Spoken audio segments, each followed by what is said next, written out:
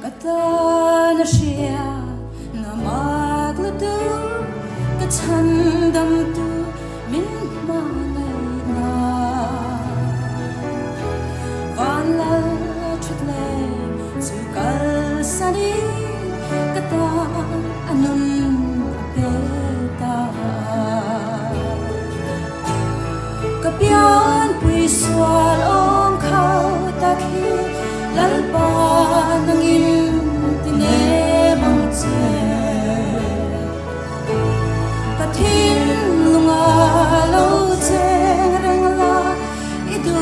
zongin shuayang tse mangay na te reldig na te lalcha tuan van bayan him na lu na road tan naging tandam to cross to vin apua kapian puiswal ong kau takhi lalpa nangin tinemang tse katin lungalaw tseng rengla idu zongin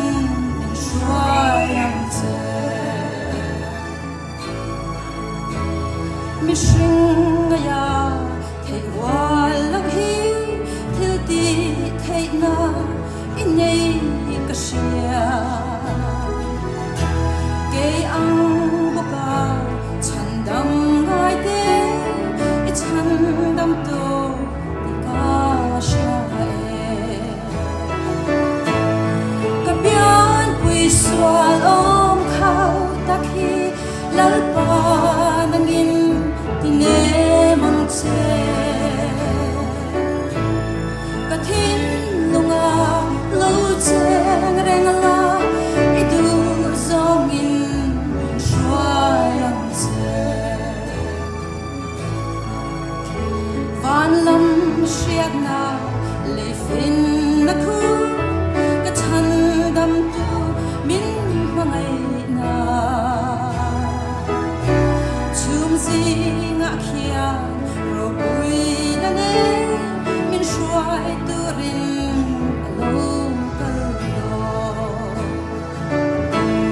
kapian puiswal ong kau takhi lalpa nangin tinemang tse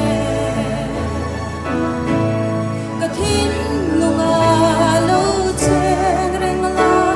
idu zongin